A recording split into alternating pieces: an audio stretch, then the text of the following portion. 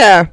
So I saw an article today that really kind of had me fascinated. This is an article about Prince Philip, but it's really about Meghan Markle.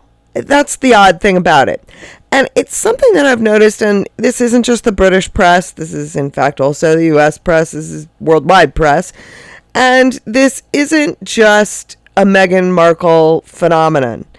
This is something that I'm noticing kind of all around. The way these articles that look to support people are really just insults. So let's get into this. Now, right off the bat, you have a title that, it can kind of go two ways.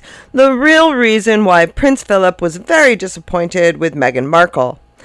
Now, I have a couple questions here. First of all, why out of the blue is this coming up? I mean, why on earth would the royal family still, because this is from the Daily Mail, why would they still be associated? It just let it go. Let it go. Who cares why he hated her? He was right. But it looks at the two potential sides of things, right?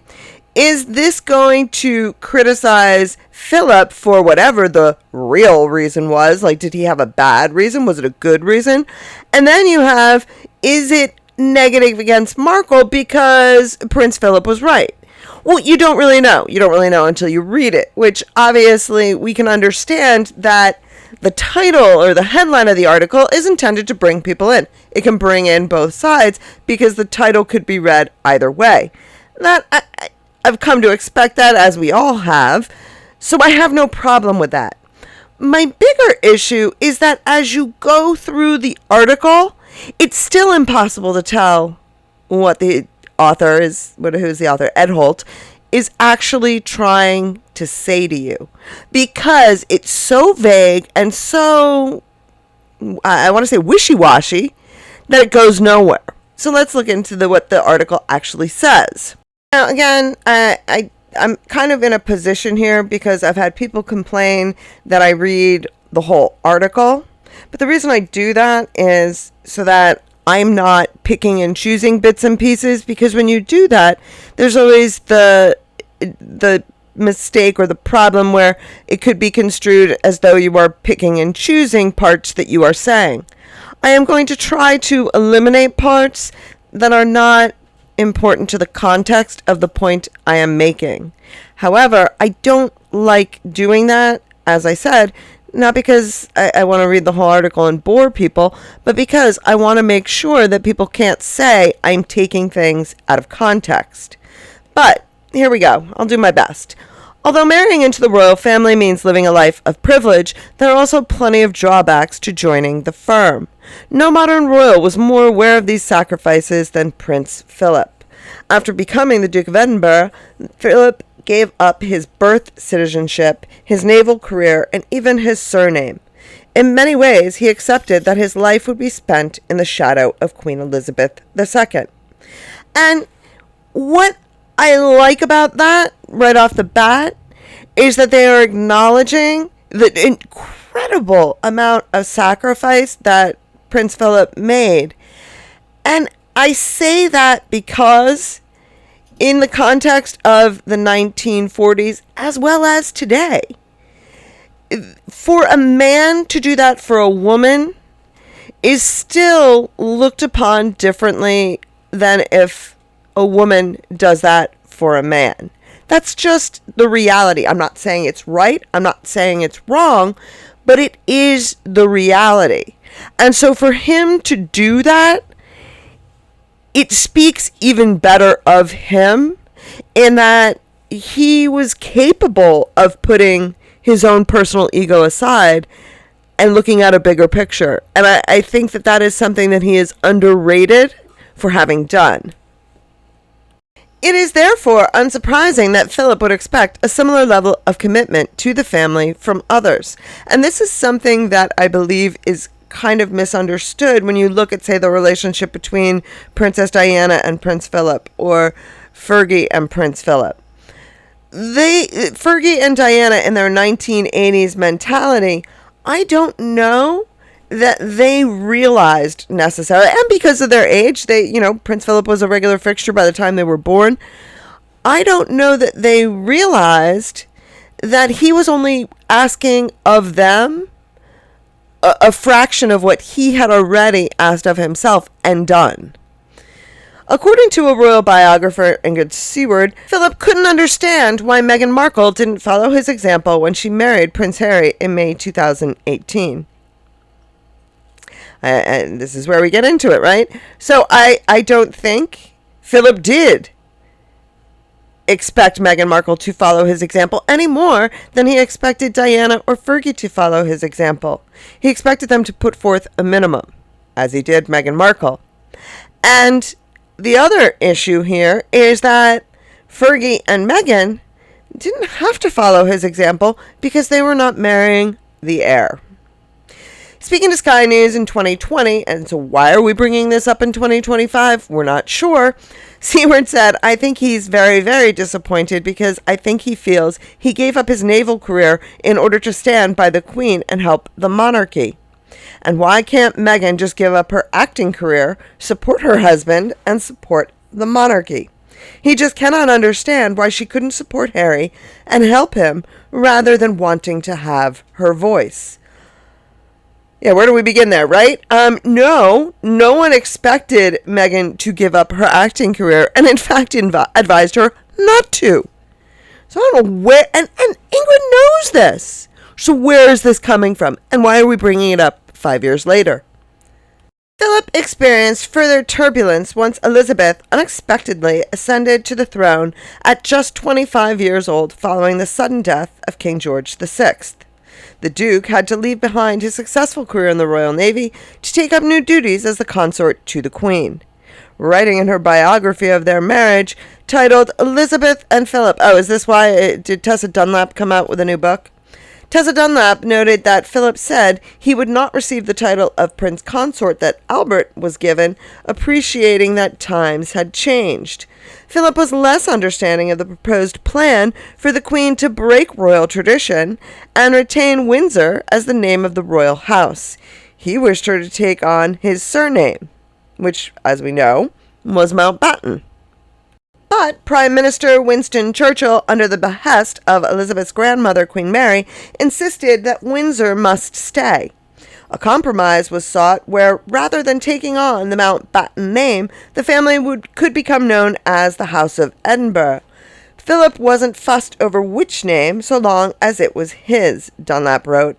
Now, you have to remember that the Queen and Philip got married in 1947. We're only 2 years past World War II. And it was in World War I that the British royal family took on the name Windsor to move away from, which was Queen Mary's husband, King George V, that did that, to get this name that was more British sounding, away from the Saxe-Coburg that was Victoria's last name. So it was something that was still an issue to keep this very British sounding last name. Unfortunately, Mountbatten was in fact a German name, and so that was where this issue started to come in again. But his wish was not granted, and Windsor remained the family name. According to broadcaster Giles Brandreth, Philip was left vexed by the decision and claimed he was the only man in the country not allowed to give his name to his own children. Not a bad point at all, although I do think that the idea of the hyphenated last name, I don't think that's new. I mean, I think that's been around for longer than Queen Elizabeth and Prince Philip, but, it's certainly a good point. Philip soon got over the surname issue and committed himself to serving the country and his wife. The Duke was patron of 800 organizations, including, most famously, the Duke of Edinburgh Award. Upon his retirement from royal duties on August 2, 2017, Philip was already the longest-serving British royal consort, having spent more than 70 years by the Queen's side. His dedication to the crown and his wife did not go unnoticed. No, it most certainly didn't. In Elizabeth's speech to mark her Diamond Jubilee in 2012, she paid tribute to Philip, describing him as her constant strength and guide. Paying tribute to her husband at his funeral in April 2021, the Queen left a handwritten note on top of Prince Philip's coffin, nestled alongside a wreath of white blooms she had chosen, including lilies, roses, freesia, and sweet peas. What was written below was hidden in the flowers, but some reports have suggested the Queen signed it off as Lilibet, his nickname for her, in a touching final tribute to their marriage. I don't know. For some reason, the thought of Tessa Dunlap writing about this, I'm not a fan. Is the end of the article. You may be saying, well, where does it talk about Meghan? Well, it really doesn't. And that's why I said that it's kind of a very vague, kind of subtle dig. Because nowhere in there did it say, no, he didn't expect Meghan Markle to do what he did. He expected her to do her job. And no, he did not expect Meghan Markle. He wasn't disappointed in her because she didn't, sacrifice everything for Harry. He was disappointed in her because she didn't think of anything beyond herself. And part of being a part of the royal family is the ability to think beyond yourself. If you can't do that, then get out of here. I mean, go away. You're not going to do any good to us, in my opinion. So that's where I think that the article really loses in what it could have presented. And it brings up a question that this is kind of, probably the reason that I noticed this is because Patty Flanders, thank you very much, Patty, she had put a comment in on my channel today, and it said, and she geared me towards a website called the Corbett Report. Now, she actually guided me to a different article that I haven't had a chance to look at yet. But I will, because it looks really good. But instead, I happened to go to the page and just kind of clicked on the first thing. And the title sure as heck caught my attention. The title was, let me find it again. I just want to get the correct title.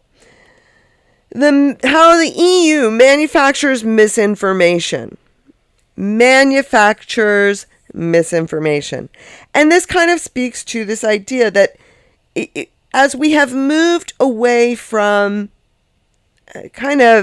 moved into, I guess, a more marketplace type media where everybody's trying to be the ones to get the money, to make the money, to win the story, to win the viewer, to win the public following and buying and viewing and all that stuff. They have done, and I've said this before about polls and polling, they are so determined to appeal to everybody that they tell us so little. It's that saturation of information that has, in fact, changed information to make it meaningless. Now, when I talk about polls, I talk about how when they do polls, they do them and they ask the questions in such a way and present the findings in such a way that no matter what position you want the poll to say, you can use the results to say your side wins. And the reason being, people pay for the right to use those poll results, like the media organizations. They pay for the right to use those polls, which is how the people who make the polls make money, right? So what they do is, in order to appeal to more people being able to pay them to use the results, their polls become meaningless because they can answer any question any way you want it to be answered so that more people will pay to use the results. I hope that makes sense. But it's the same thing generally with media. Because we are now paying, they're trying to get people to pay for their opinion to read their story. They're trying to appeal to everybody instead of giving the truth of it. Which to me is very interesting because at the same time that they are trying to appeal to a broader range of people, they are also limiting their own ability to speak freely. The media, that is, and everybody else. Do you see what I'm saying? It's that by trying to appeal to everybody, they end up appealing to very few, while at the same time, they're limiting everybody's ability to say the truth or say what they really feel. So, with this article about Prince Philip as kind of the jumping off point, and Patty's comment, I want to play a little bit of this Corbett report because it talks about misinformation and the attacks on freedom of speech and how the EU, and this specifically talks about the EU, but I would say that this is something that you are going to see not just in the EU, you're seeing it in the US as well. But this article just happens to be about the EU. But I want to play a little bit of it. I've never done this where this is a pure podcast. I'm not really sure what I'm allowed to play and what I'm not allowed to play, how much I have to interrupt it. So I'm just kind of going to do my best here. And then I do have more to say about Philip and Elizabeth at the end. But let's just listen to this a bit. It is called Manufacturing Misinformation, the EU-funded propaganda war against free speech, and it details how the European Commission is attempting to regulate the boundaries of legitimate public debate in Europe through a covert campaign of linguistic control and censorship, which sounds about right, unfortunately, but let's get into the nitty-gritty details. And here to join us to talk about this report is the report's author, Dr. Norman Lewis. Thank you very much for taking the time to talk with us today. Oh, it's a pleasure to be here. What people need to understand is the following, that you have a situation in which the EU Commission commissions projects, research projects, from NGOs, universities, etc., that are not what we would call in real research projects that are looking for truth. They're projects that are aimed to prove the assumption, which is that hate speech exists, it's a big threat to the future of democracy, that disinformation is a major threat. It's like the spectre of communism was during the Cold War. As you can see, I have sped it up a little bit. Hopefully it doesn't make it difficult to listen to. If it does, remember, you can always, slow down this portion of my video through YouTube if you need to. I think I kept it within range that it's still listenable. But it's interesting that Patty had geared me towards this website because she said, I think it will support your research. And what she's talking about was a totally different article. But what he said right there is something that I believe I have been saying for a long time now, that this limitation on free speech, it's very Orwellian, and they absolutely are kind of using this idea, this concept, to replace how they used to kind of keep us in line because of the big bad specter of communism. And I do feel that there are a lot of parallels and similarities. And so there's a lot in here. The other thing you're going to notice is when he starts to talk about this, if you listen at all to the Royal Griff, which if you don't, you should, but you're going to hear where they kind of discuss sort of the EU's version of the censorship industrial complex. And what they do is they get organisations to put in proposals on research different aspects of all of this. So a lot of these reports that we uncovered, for example, deal with the application of artificial intelligence. And that's something we can talk about in a little more detail because I think that's a very ominous misuse of AI. We'll come back to that. But so what they do is they get these people to do these so-called projects, funding them to, as you say, over €500 million, which, by the way, is about 30% more than they spend on cancer research in Europe, that the Commission spends on cancer research. It kind of says to you one thing very importantly, which is that obviously the Commission feel the cancer of free speech is a bigger problem, a threat to them, than the real cancer disease that claims up to 2 million lives a year in Europe. And that's quite an important point because it just shows you the kind of order of priority, why they are so concerned about getting these institutions to put out these reports that basically frame the debate. They frame the concept of hate speech, they frame the debate about disinformation, and they prove, and I say in inverted commas prove, because it's not like they're starting out with the research to question the assumptions or to even question the project's objectives. It's there basically to give answers to already assumed questions. And so it's not research, it's basically the production of propaganda, but paraded as academic, independent academic, which legitimizes the whole thing. And so the problem then is all these reports end, it's quite remarkable when you read them, and I read a lot. I mean, I'll come back to the 349 projects, which, by the way, is just the tip of the iceberg, and I'll explain why that's the case. But when you read them, they all end, unsurprisingly, by saying more research is needed. because hate speech is so difficult to determine. You know, we need, and disinformation is so disguised and blah, blah, blah. And what they don't really acknowledge is one of the reasons why hate speech is so difficult to discern is because it's an entirely subjective category. You know, who determines what hate speech is? And so something that is a normal consequence of a concept that is so nebulous, they turn into a proof that more research is needed. And so the more research is needed, so they have more projects. You get more people involved, and NGOs and organisations, and they start doing all this work. And so it's like a recursive feedback loop that simply reinforces what they're trying to get people to accept, which is that this is a big problem. And so, you know, they artificially are creating this propaganda as a way of a permanent source of legitimising what they are doing, and particularly legitimising legislation like the Digital Services Act, which, as you know, is the means through which the Commission controls what can be said online through big tech.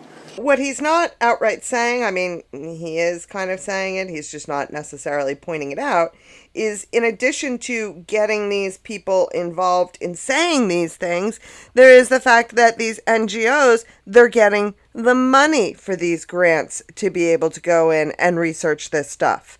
And like you said, how are they ever going to, you know, categorize or define something that is so subjective? What is hate speech? What's hate speech to me may not be hate speech to another person, and what might not be, you know, what is hate speech to another person might not sound like it to me. It's subjective, which is why he's saying that the very concept is kind of a waste of time, which I would agree with. But the other thing that he's underplaying here is that this is a big business.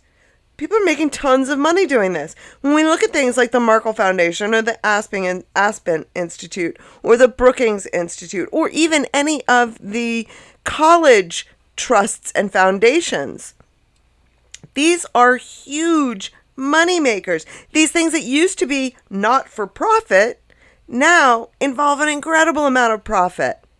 And that's the thing that, you know, is becoming the motivating factor for these people to continue to do this. Why are they doing it? Because there's money to be made in it. So you have the governments that are looking to suppress different ideas, supporting the ability to pay people to abuse the system and make money to find out something that can't ever be defined. I mean, it's pretty crazy. But like I said, you can see the shadows of the stuff that the Royal Grift talks about in this. It's just the EU version.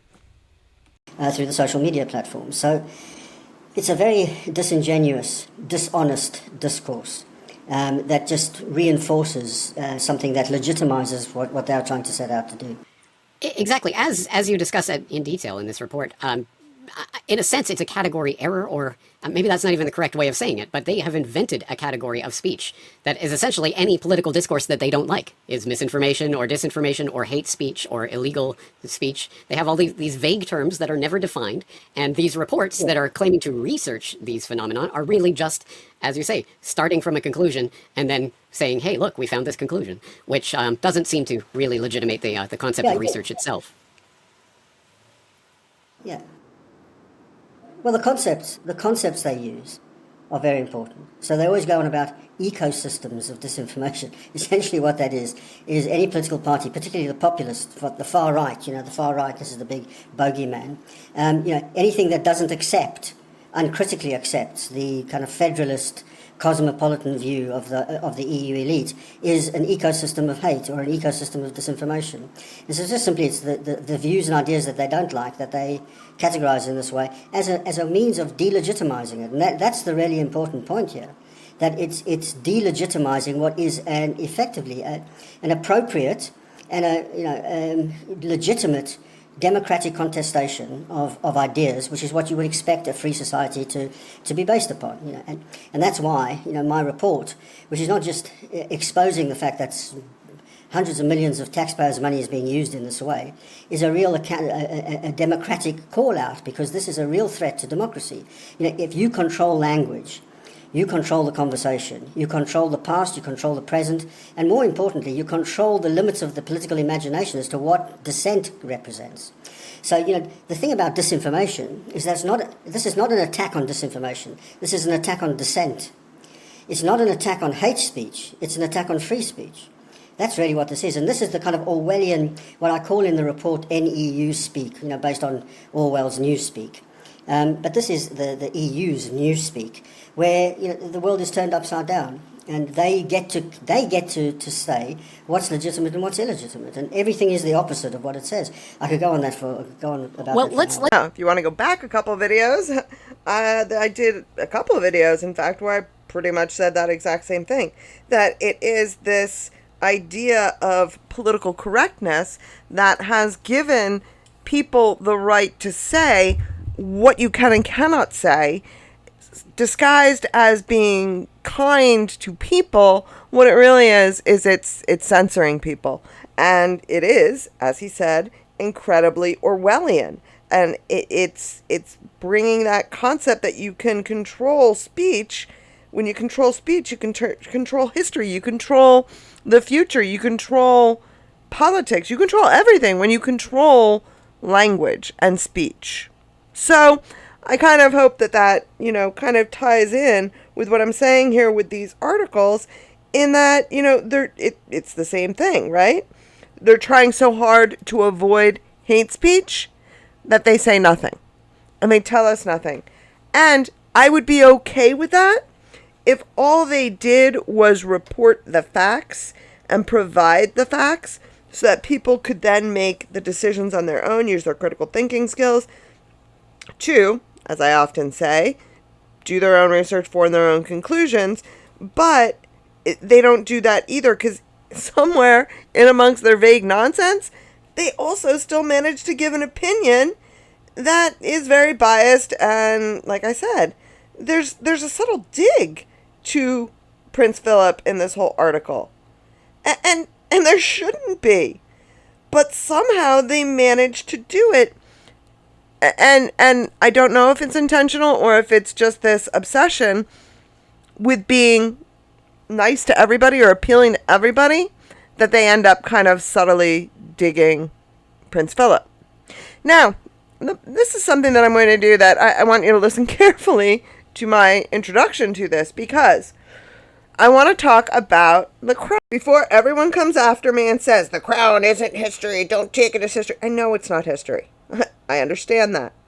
And when it comes to, the more gossipy, rumory kind of, drama of it, no, I would not say that there is any, you can't go by the crown as a historical thing.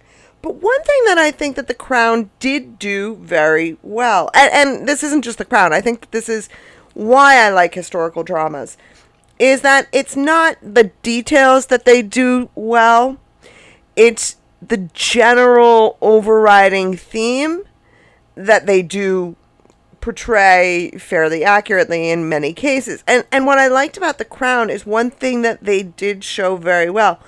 I don't know what arguments may or may not have happened between Prince Philip and Queen Elizabeth concerning, whose name and what his title is and all that nonsense. I don't know that, and I think that is the drama of it. But one thing that they were able to show me, at least, was that there was a real hurdle that they had to overcome going against societal expectations, as well as dealing with, the one advantage that they both had is Prince Philip was royal. He was from a royal family in and of itself. So he knew what the expectations were going in, but that didn't mean that it was easy for him to do it and to have that perception and to make those sacrifices all for his wife, and not just for his wife, for the country, in order to ensure that there was a strong monarch at the head of the British royal family. He had to take the back seat in order for that